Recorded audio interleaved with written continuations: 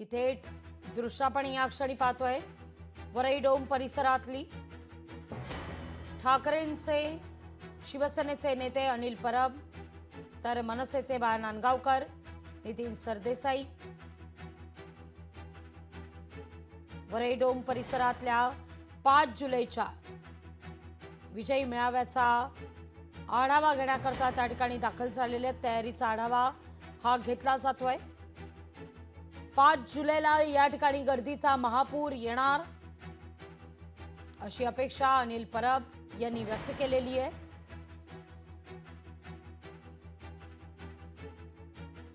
ही तयारी नेमकी कशी झालेली आहे, आणखीन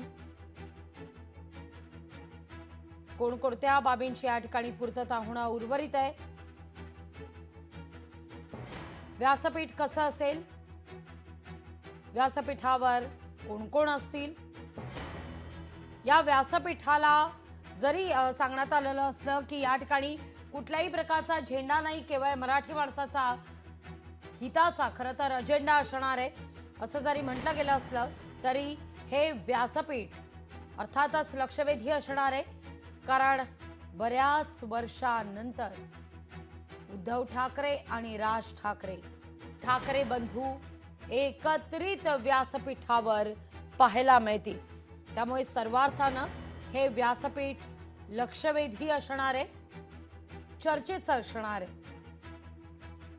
या सगळ्या विषयी आढावा घेतला जातोय। मनसे आणि ठाकरेंचे नेते पाहणी करण्याकरता पोहोचलेत। अधिक माहिती करण्याकरता थेट जाते वरई डोम परिसरामध्ये आपले प्रतिनिधी स्वप्नील जाधव यांच्याकडे। स्वप्नील, आपण पाहतोय तुमच्या मागे त्या ठिकाणी मनसेचे नेते बाळा नांदगावकर, नितीन सरदेसाई, अनिल परब हे एकत्र बसलेले आहेत। आढावा घेतला जातोय तयारी संदर्भात, अधिक माहिती घेतली जाते। काय नेमकी या प्रमुख नेत्यांमध्ये चर्चा होतीये?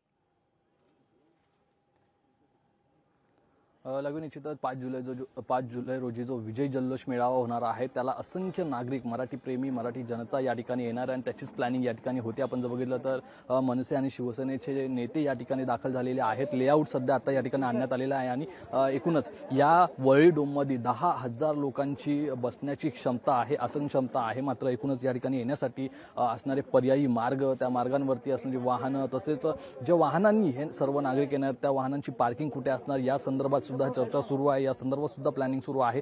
कोणते नेते कोणत्या गेटने येणार, पदाधिकारी कोणत्या गेटने येणार आणि त्यांच्या बसण्याची आसन क्षमता किती असेल, आसन व्यवस्था कशी असेल, तसेच एकूण जर हा वरई डोम जर पाहिला 10,000 आसन क्षमता आहे, ज्यामध्ये खरं तर 3,000 आसन क्षमता जी आहे ती सिटिंग आसन क्षमता वरच्या भागात आपल्याला पाहायला मिळते। मात्र या वरई डोममध्ये असंख्य मराठी नागरिक येण्याची शक्यता आहे, त्यामुळे ही आसन क्षमता सुद्धा कमी पडण्याची शक्यता आहे। एकूण 15 ते 20,000च्या वरतीही जर आकडा गेला तर त्या सर्व नागरिकांना कुठे आणि कसं बसवता येईल या संदर्भात सुद्धा पर्यायी चर्चा या ठिकाणी सुरू आहे। खरं तर ज्या वरई डोमच्या आजूबाजूच्या परिसरामध्ये सुद्धा मोठ्या प्रमाणात पार्किंगची जागा असेल, या ग्राउंड फ्लोअरची जागा असेल, त्या जागेमध्ये सुद्धा स्क्रीन्स लावण्यासंदर्भात सुद्धा चर्चा सुरू आहे। तसेच वरई डोममध्ये किती स्क्रीन लावण्यात येतील, व्यासपीठ किती आकाराचा असेल, केवढा भव्य असेल आणि त्यावरती प्रमुख खुर्च्या, अशा एकूण सर्व गोष्टींची चर्चा जी आहे ती या ठिकाणी आपल्याला पाहायला मिळते। मात्र एकूणच आजच्या या पाहणी दौऱ्यामध्ये सर्व चर्चा ही पूर्ण होईल, कारण अगदीच 2 ते 3 दिवस या मेळाव्यासाठी उरलेले आहेत, त्यामुळे एकूण चर्चा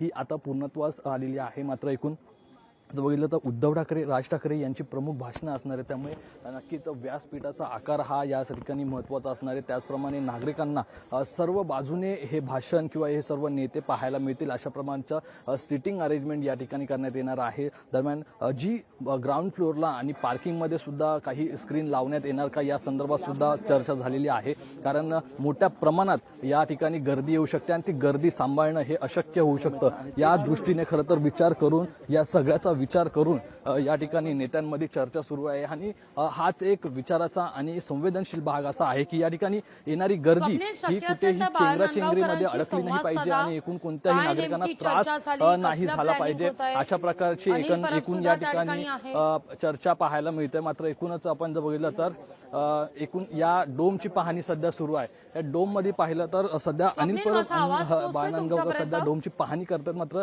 थोड्या वेळातच या ठिकाणी माध्यमांशी लोकांशी आहे ते संवाद साधण्याची शक्यता आहे. त्यामुळे थोड्या वेळातच एकूण या पाहणीमध्ये कोणकोणत्या गोष्टींवरती चर्चा स्वप्नील. झालेली आहे याची माहिती जी आहे ते स्वप्नील. बाळा नांदगावकर या ठिकाणी आपल्याला देताना पाहायला मिळते. स्वप्नील. मात्र एकूणच या ठिकाणी चर्चा सध्या सुरू असल्याचं पाहायला मिळतंय. लागवी स्वप्नील, माझा आवाज पोहोचतोय तुमच्यापर्यंत?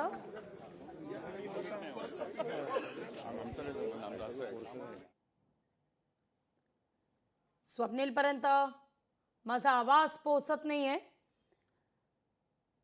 मनसे आणि ठाकरेंचे नेते त्या ठिकाणी एकत्रित येत या सगळ्याचा आढावा घेतला जातोय. तयारी संदर्भात पाहणी करण्यात आलेली आहे.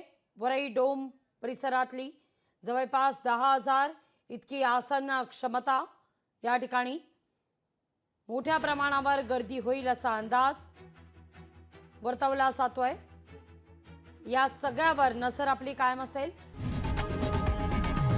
लोकशाही मराठी ऐका, पहा, जागरूक रहा.